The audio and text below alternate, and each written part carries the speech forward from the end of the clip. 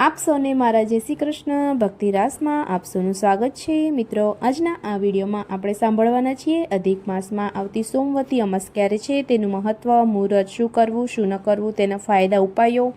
તો વિડીયોને અંત સુધી જોતા રહેજો અને ગમે તો લાઇક શેર સબસ્ક્રાઈબ કરી દેજો। ધન્યવાદ। મિત્રો, સોમવારે આવતી અમાસને સોમવતી અમાસ તરીકે ઓળખવામાં આવે છે।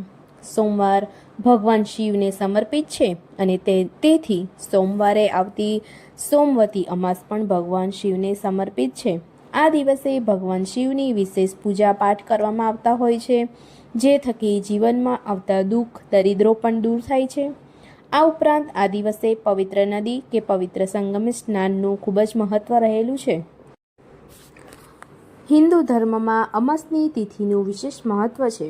આ ઉપરાંત સોમવતી અમાસનું પોતાનું જ અલગ મહત્વ છે અને આ દિવસે પવિત્ર નદીઓમાં સ્નાન, દાન વગેરેનું વિશેષ મહત્વ જણાવવામાં આવ્યું છે। આ સાથે જ સોમવતી અમાસના દિવસે પિતૃઓને પ્રસાદ અને દાન કરવામાં આવે છે। સાથે જ જ્યોતિષમાં કહેવામાં આવ્યું છે કે સોમવતી અમાસના દિવસે કેટલાક એવા ઉપાયો કરવાથી વ્યક્તિને કાલ સર્પદોષ અને પિતૃદોષમાંથી મુક્તિ મળે છે।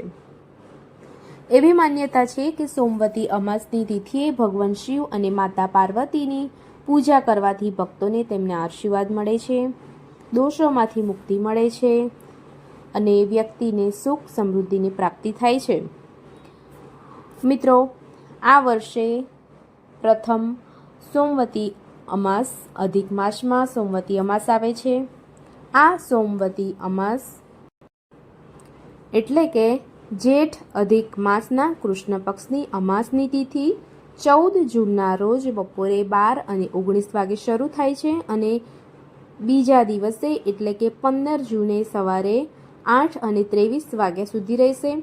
હિન્દુ ધર્મમાં સૂર્યોદય સમયની તિથિને માન્યતા આપવામાં આવે છે। આથી સોમવતી અમાસ 15 જૂન સોમવારના રોજ ઉજવવામાં આવશે।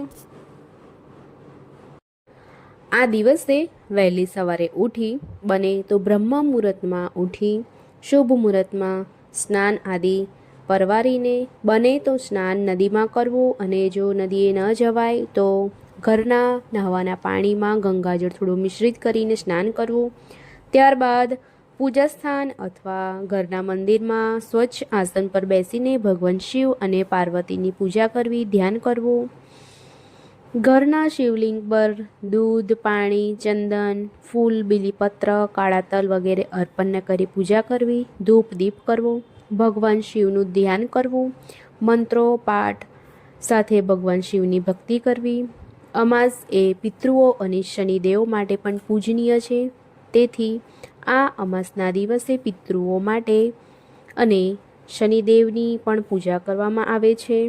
અમાસના દિવસે પિતૃઓને અર્ધ્ય અથવા તર્પણ કરવું એ હિન્દુ ધર્મમાં પિતૃ ઋણમાંથી મુક્ત થવાની અને તેમની આત્માની શાંતિ માટેનું એક પવિત્ર વિધિ છે। આ વિધિ કરવા માટે સૌ પ્રથમ તો દક્ષિણ દિશા તરફ મુખ રાખીને ઊભા રહો અથવા બેસી જાઓ।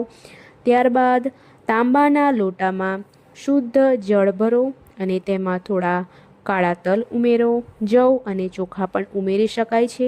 ત્યારબાદ બંને હાથમાં લોટો પકડીને પૂર્વજોનું સ્મરણ કરીને શ્રદ્ધાપૂર્વક જળની જમીન પર અથવા કોઈ કુંડામાં અર્પણ કરો। આ રીતે પિતૃઓને અર્ધ્ય આપવામાં આવે છે। ત્યારબાદ પિતૃઓને પ્રણામ કરીને વિષ્ણુ ભગવાનનું સ્મરણ કરવું અથવા ઓમ નમો ભગવતે વાસુદેવાય મંત્રનો જાપ કરવો। અમાસનો દિવસ શનિદેવને પણ પ્રિય છે, તેથી શનિદેવનું પણ પૂજન કરવું જોઈએ। શનિદેવને ધૂપ દીપ ફૂલથી પૂજા કરી તેમનું ધ્યાન કરવું। ઓમ સમ શનિશ્ચરાય મંત્રનો જાપ કરવો, બને તો 108 વાર કરવો। તેમજ પિતૃદોષ અને પિતૃ કૃપા માટે ગજેન્દ્ર મોક્ષનો પાઠ કરવો હોય તો કરી શકાય છે। ત્યારબાદ પીપળાના ઝાડના મૂળમાં પાણી અને દૂધ ચડાવવું જોઈએ। 5 પ્રકારની મીઠાઈઓ ચડાવીને ભગવાન વિષ્ણુનું ધ્યાન કરવું।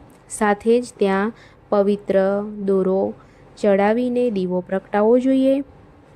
અને ઓમ નમો ભગવતે વાસુદેવાય મંત્રનો જાપ કરતી વખતે પીપળાના ઝાડ પાસે બને તો 108 વાર પરિક્રમા કરવાથી પિતૃદોષમાંથી મુક્તિ મળે છે. ધરાવેલા પ્રસાદને બાળકો બ્રાહ્મણોને વહેંચી દેવો. આમ આ સોમવતી અમાસના દિવસે આ દરેક વિધિ કરવામાં આવે છે. આ દિવસે દાનને અત્યંત પુણ્યશાળી કાર્ય માનવામાં આવે છે. તેથી આ દિવસે દાન કરવાનું ભૂલશો નહીં. ગરીબોને ખોરાક, પાણી, ઓઢવાનું, પહેરવાનું યથાશક્તિ દાન કરી લેવું જોઈએ. જરૂરિયાતમંદોને સહાય, દવા તેમજ પ્રાથમિક જરૂરિયાતો પૂરી પાડવી. જેઠ મહિનો ચાલે છે, તેથી પાણીનું દાન ખૂબ જ અગમ સ્થાન ધરાવે છે. ગાય અને કૂતરાને રોટલી ખવડાવવી જોઈએ. અમાસના દિવસે કાળા કૂતરાને રોટલી ખવડાવવી તે ખૂબ જ મહત્વનું કાર્ય છે. આનાથી શનિદેવ પ્રસન્ન થાય છે. કાળા તલનું દાન કરવું જોઈએ. આ દિવસે ખાસ કરીને ગુસ્સો ના કરવો જોઈએ, જૂઠું ના બોલવું જોઈએ, કોઈની નિંદા ન કરવી, તામસિક ખોરાક, દારૂનું સેવન ન કરવું જોઈએ. અમાસના દિવસે નકારાત્મક ઉર્જાઓ વધુ સક્રિય હોય છે, તેથી આ દિવસે બને તેટલું ભગવાનનું સ્મરણ કરતા રહેવું જોઈએ. મંદિરમાં જવું જોઈએ, ભજન કીર્તન કરવા જોઈએ. આ રીતે અમાસનો દિવસ ખૂબ જ ભક્તિપૂર્વક, ભક્તિમાં લીન અને ભક્તિમાં ધ્યાન કરીને વિતાવવો જોઈએ. આ ઉપરાંત સોમવતી અમાસના દિવસે એવા ઘણા સરસ એવા અને સરળ એવા ઉપાયો છે જે કરવાથી ખૂબ જ વિશેષ લાભ પ્રાપ્ત થાય છે. જેમ કે અખંડ સૌભાગ્યની પ્રાપ્તિ માટે પરિણીત મહિલાઓ આ દિવસે વ્રત રાખીને માતા પાર્વતી અને ભગવાન શિવની પૂજા કરે છે. આમ કરવાથી તેમને અખંડ સૌભાગ્ય, પતિના લાંબા આયુષ્ય અને સુખી દાંપત્ય જીવનના આશીર્વાદ મળે છે. તેમજ જો પતિ અને પત્ની સાથે મળીને શિવ પાર્વતીની પૂજા કરે અને શિવલિંગ પર કાચું દૂધ, ગંગાજળ તેમજ કાળા તલથી અભિષેક કરે તો પરિવારના તમામ કષ્ટ દૂર થાય છે અને ઘરમાં સુખ શાંતિ છવાય છે.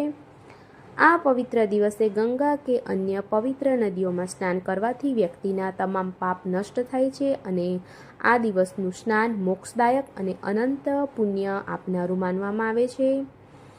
સોમવતી અમાસ જેઠ અધિક માસમાં આવતી હોવાથી સ્નાન પછી જળનું દાન કરવું ખૂબ જ પુણ્યશાળી મનાય છે. આ ઉપરાંત ગરમીની ઋતુ હોવાથી વસ્ત્ર, અન્ન, ફળ, છત્રી અને પંખાનું દાન કરવાથી શ્રી હરિની કૃપા પ્રાપ્ત થાય છે અને જીવન ધન્ય બને છે. સોમવતી અમાસ પર પિતૃઓની શાંતિ માટે તર્પણ, પિંડદાન અને શ્રાદ્ધ કર્મ કરવામાં આવે છે. તેનાથી પિતૃદોષમાંથી મુક્તિ મળે છે અને પિતૃઓ પ્રસન્ન થઈને વંશ વૃદ્ધિ તેમજ પરિવારની ઉન્નતિના આશીર્વાદ આપે છે. મિત્રો, સોમવતી અમાસ એ માત્ર એક તિથિ નથી, પરંતુ આત્માની શુદ્ધિ, પિતૃઓના આશીર્વાદ અને પરમાત્માની કૃપા પ્રાપ્ત કરવાનો એક પવિત્ર અને સુવર્ણ અવસર છે. આધુનિક ભાગદોડ ભરેલા જીવનમાં પણ જો આ દિવસે સાચા હૃદયથી ભગવાન શિવનું સ્મરણ કરી યથાશક્તિ સ્નાન અને દાન કરવામાં આવે તો વ્યક્તિના જીવનના તમામ કષ્ટો દૂર થઈ સુખ અને સમૃદ્ધિના દ્વાર ખોલે છે. દરેક શ્રદ્ધાળુએ આ પવિત્ર તકનો લાભ અવશ્ય લેવો જોઈએ.